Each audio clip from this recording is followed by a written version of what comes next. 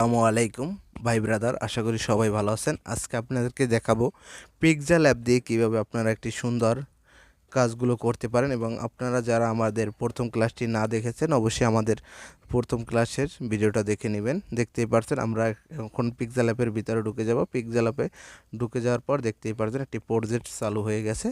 আমরা আমরা ক্লোজ মানে ডিলিট করে দিলাম। দেখতেই পারছেন আমরা ডিলিট করে নিয়েছি। তারপর আমাদের দেখতে পাচ্ছেন প্রথমে একটা টেক্সট লেখা আসছে, আমরা টেক্সটটা দেখতে পাচ্ছি, আমাদের টেক্সটটি এসে গেছে। আমরা চাইলে টেক্সটটা ডিলিট করতে পারি। আমাদের কিছু কাজ শিখবো, যার জন্য প্রথমে আমরা দেখতেই পারছেন আমাদের এ এ এ এ আইকনে ক্লিক করার পর দেখতেই পারছেন এই আইকনে ক্লিক করেছি। আমরা এই আইকনে ক্লিক করেছি, দেখতেই পারছেন এ আইকনে ক্লিক করেছি। এই আইকনে ক্লিক করার পর দেখতেই পারছেন আমাদের এরকম শো হয়ে গেছে। ওকে, আমাদের শো হওয়ার পর দেখতেই পারছেন এখন আমরা দেখতেই পারছি প্রথমে রয়েছে কি ইডেট। আপনারা দেখতেই পারছেন আমাদের ইডেট, চাইলে আমরা ইডেট করে নিতে পারি। আমরা ইডেট করে নিব, যার জন্য আমরা ইডেট অপশনে ক্লিক করব। আমাদের ইডেট করা হয়ে গেলে আমরা পরের অপশনে চলে যাব। আমাদের ইডেট হয়ে গেছে। আমরা ইডেটে ক্লিক করব। ইডেটে দেখতেই পারছেন নিউ টেক্সট লেখা আছে, আপনারা দেখতেই পারছেন। আমি একটা কিছু নাম লিখে দিই, জামাল। জামাল, আমাদের জামাল লেখা হয়ে গেছে। ওকে, আমরা ওকেতে ক্লিক করব। ওকে, আমাদের ওকে হয়ে গেছে, জামাল লেখাটা হয়ে গেছে। দেখতেই পারছেন আমাদের জামাল লেখা পরেরটা আমাদের রয়েছে ডিলেট। চাইলে আমরা লেখাটা ডিলিট করে দিতে পারি খুব সহজে। আমরা চাইলে ডিলিট করে দিতে পারি, যার জন্য দেখতেই পারছেন আমাদের দ্বিতীয় অপশনে লেখা আছে ডিলেট। আমরা চাইলেই ডিলিট করতে পারি। দেখতে পারছেন ডিলেট, আমরা ডিলিট অপশনে ক্লিক করতে পারি।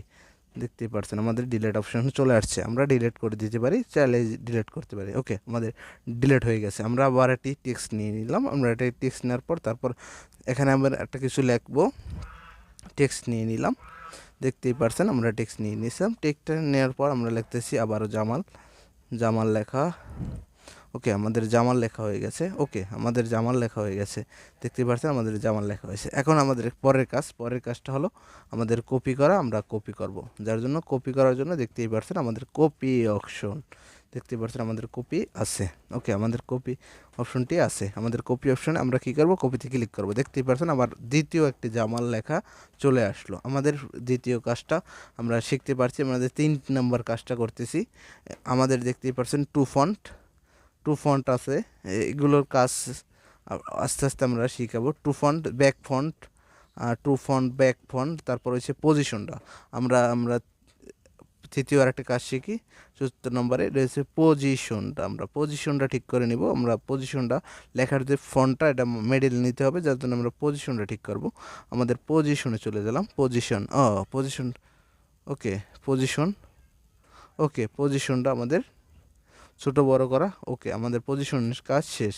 পজিশন আমার রিলেটিভ পজিশন। আমরা রিলেটিভ পজিশনের কাজটা শিখব, কীভাবে আমরা একটি ফন্টকে রিলেটিভ পজিশন, এই দেখতেই পারছেন আমাদের রিলেটিভ পজিশন। আমরা রিলেটিভ পজিশনের কাজটা আমরা করব। দেখতেই পারছেন আমাদের রিলেটিভ পজিশনটার কাজটা হলো মিডলে কীভাবে নিতে হয়। আমরা মিডলে নিয়ে গেছি, দেখতেই পারছেন মিডলে গেছে। চাইলে আমরা নিচে নিতে পারি, উপরে নিতে পারি, মিডল ওরকমের করতে পারি। তারপর আমাদের অন্য কাজে চলে যাব।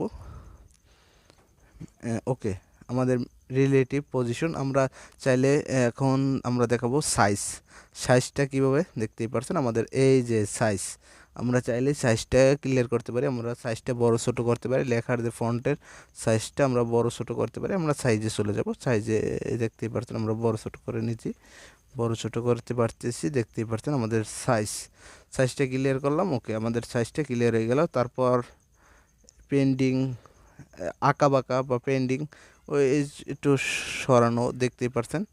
ওকে, আমাদের সাইডগুলো ক্লিয়ার করতেছি, দেখতেই পারছেন। তারপর আমরা পরের ধাপে আমরা পেন্ডিংটা আমরা দেখিয়ে দিই। পেন্ডিং, এই যে পেন্ডিংয়ের কাজ করলাম। আঁকা বাঁকা আপনার চাইলেই খুব সহজে করতে পারবেন। পেন্ডিংয়ের কাজ আমাদের শেষ। আমরা পেন্ডিংয়ের কাজ ক্লিয়ার করে ফেললাম। তারপরে রয়েছে আমাদের কালার। দেখতেই পাচ্ছেন আমাদের এই যে কালার, আমরা ফন্টের যে কোনো কালার দিয়ে দিতে পারি। আমরা এখন ফন্টের কালার দিয়ে দেব।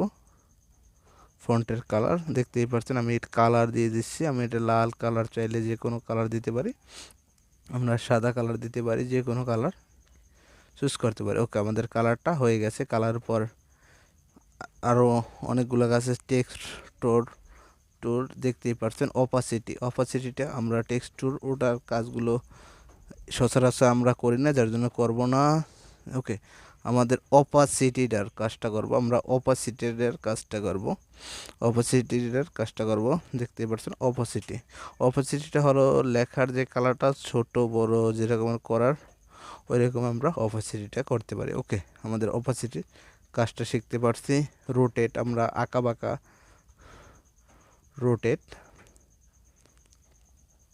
রোটেট আমরা রোটেটটা করতে পারি।